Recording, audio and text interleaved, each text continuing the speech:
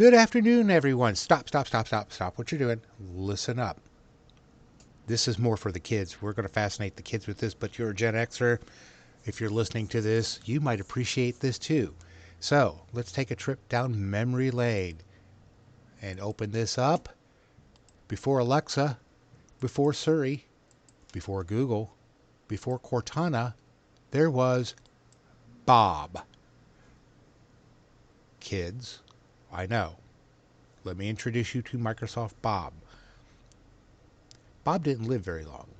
He lived about a year and a half. But he was designed for the Windows 3.1.95 NT platform. So this would be Microsoft's first attempt at a virtual assistant. And it was ahead of its time. That's probably why Bob didn't live very long. Before Bob would be Jane. Jane would work on the Commodore 64 and stuff like that. Apple's version of that 10 years before Bob. We're going back to the year 1984. Yes, kids, we had computers back then. Amazing, isn't it? Gen Xers, you might recognize the Apple version of, I wouldn't call it a virtual assistant. It would be a chat bot. Do you remember Lisa? Lisa was awesome. I spent hours on hours and hours just chatting with Lisa. Lisa would be a chatbot. And for the limited capability that Lisa had, Lisa was impressive for her time. But Lisa didn't stay around for very long either. Bob, didn't last for very long. Simply because Bob was ahead of his time.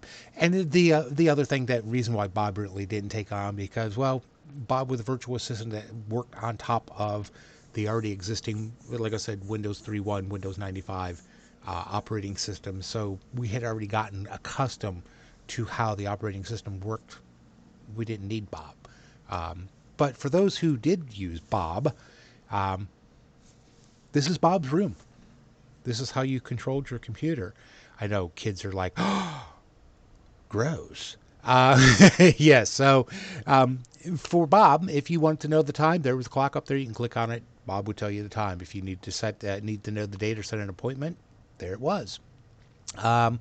If you needed to type a letter, there you go. This door would lead you to your office, so you could use other applications like Excel, and so on and so forth, some other programs that you could use. Kids, let me remind you, this is the universal symbol for paint, Spider Solitaire, and Solitaire. Yes, those games are probably older than you are, and not just the physical form and the virtual form. This was how you kept track of your money, through a checkbook. So they've been around for ever. So yeah, kids, don't rely on your banks and your phones to tell you what the balance is in your bank. Have a checkbook. If you need help with that, I got videos for it. This here, the end all be all of virtual communication for its day. Email. I know we take it for granted. Most of us don't even use email except for work now. We use messengers and text messages, but email would be the father, grandfather, great-great-grandfather of all of those messaging apps, email.